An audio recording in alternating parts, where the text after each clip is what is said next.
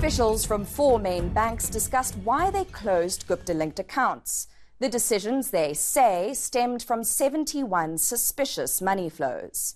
Then Minister of Mineral Resources Mosebenzi Zwane lobbied hard for the Guptas, while the governing party also came under the spotlight. We received a request for our chief executive to attend a meeting at Lutuli House with the ANC to account to them for why we had closed these accounts. And then separately, we received a request from a committee which was described as an interministerial committee of cabinet to account to them for why we had closed these accounts. 3 people attending the meeting on behalf of the IMC. There was Minister Zwane, Minister Ulifant, and Mr. Jimmy Manye. They suggested we should be more responsive to concerns that they were raising on behalf of government. Our CEO attended a meeting of BLSA, that's Business Leadership South Africa. At that meeting, she was approached by Mr. Gwede Mantashe to come to the meeting the next day. The meeting was opened by the Secretary General of the ANC, Mr. Mantashe, who indicated that the meeting was not to discuss client and customer information, predominantly because our CEO started the meeting by making it explicitly clear that should the meeting involve discussing client confidential information, we would not be able to partake in it. In fact, to use her words directly, she said it would be a very short meeting. In my 32 years in banking, this is the first time ever I've received requests from a political party or an interministerial committee to want to discuss banker-client relationships. Nedbank met with the ANC and Zwane's makeshift committee. First, officials went to Lutuli House. I did not leave that meeting feeling that I was placed under any pressure to reopen the Gupta accounts. Contrast that with the committee meeting. He then went on to suggest that would Nedbank consider stepping in to save jobs and provide an amicable solution, given that the relevant family had, in the period between when we gave notice and held this meeting, resigned from those companies. Our decision for closing the accounts was based on the reputational and business risk associated with those accounts. Both KPMG, who were the auditors to these companies, and SASFIN, who at that stage were the sponsoring broker, had terminated their relationships with the Gupta family. I think from a Nedbank point of view, again, these were particularly significant terminations, given that we would assume that the auditor of a set of companies is privy to information that Nedbank, who were not the main transactional bankers to the Gupta family, would not have been privy to, and there must have been a reason for them to make their decision. And in fact, the then chief executive of KPMG was quoted as saying that the association risk was too great for them to continue. And while there was no direct quote from the sponsoring broker, I also presume they would have had access to more information than we would have had. We found that large proportions of that money were in fact sent to Dubai rather than being spent in South Africa on the farm. A company by the name of Tegeta had concluded the agreement to acquire control of Optimum Coal Mine. We received an email from Oak-based laying claim to about 1.45 billion rands worth of funds that we held for a trust that had been established for the rehabilitation of the mine. We regarded that as suspicious. The EFF issued a statement slating the banks. It read, "These banks were very happy to do business with the Guptas until the unceremonious December 2015 removal of Nene as finance minister, when South African stocks were severely devalued." Talking of Nene, he testified 2 weeks later, and his revelations proved costly. Here's what he told ENCA in 2016. Were you ever asked to do certain things for the Gupta family? Look, I bumped into them in public gatherings once or twice, but I've never had an engagement, and I've never been asked by them to do anything for them.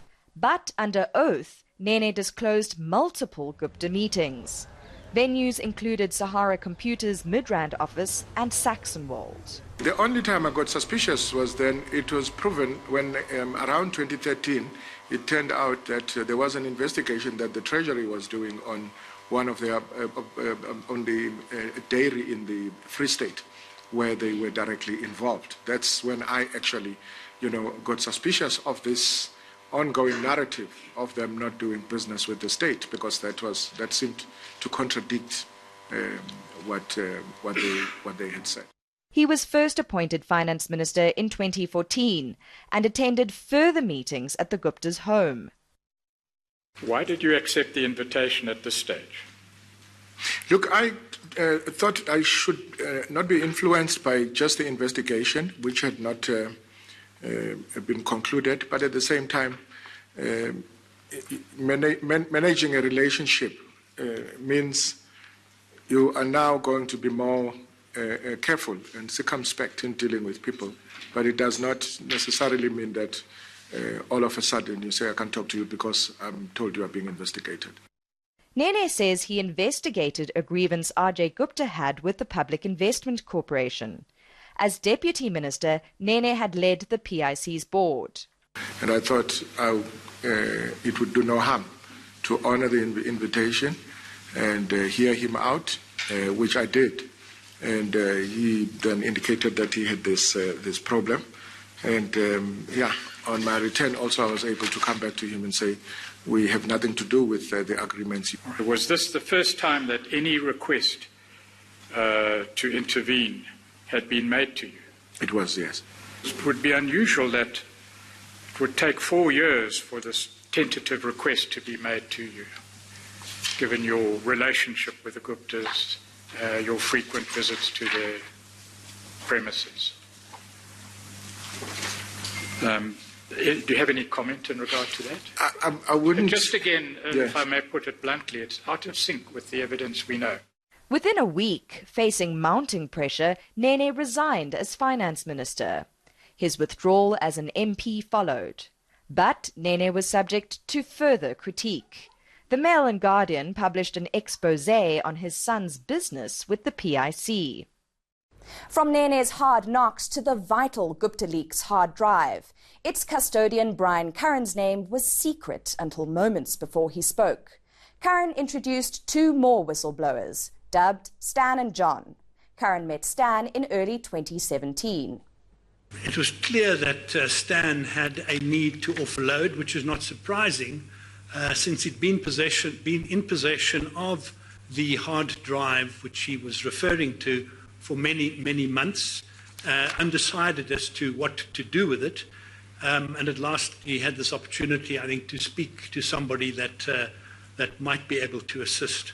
Although Stan could not read all 300,000 emails, which he indicated there seemed to be, he had read enough of them to be well informed about what appeared to him to be a corrupt relationship involving the Gupta brothers, Duduzane Zuma, he mentioned by name, certain cabinet ministers that he also mentioned by name, and some of the CEOs of major state-owned enterprises.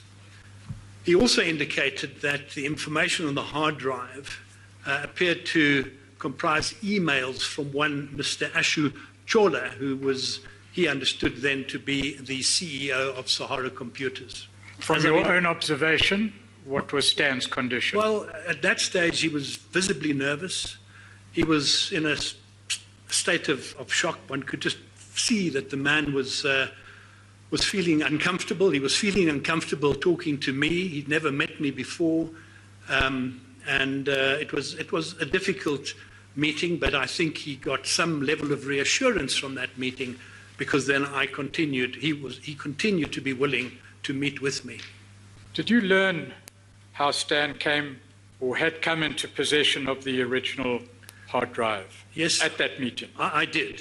He explained in detail how he came into possession, and at this stage I cannot reveal that, because if I were to do so, it would be possible it would certainly facilitate or enable identification. Atul Gupta previously told the BBC there's no authenticity of the Gupta leaks at all. Proving the veracity of the drive's content is a make or break issue. It is in all probability highly unlikely, necessarily incredible, that this massive amount of data, with its both visible and hidden traces within the drives, could have been manufactured, or manufactured in a manner that makes it work as such a cohesive whole on the drive itself. What this data appears to show is communications between members of the Gupta family and associates with individuals such as Mr. Duduzane Zuma, various cabinet ministers, officials and chief executive officers of state-owned enterprises. Still ahead, testimony from 2 former and 1 current cabinet minister. More too on the largest protests outside the inquiry. You're watching ENCA's review of the state capture inquiry.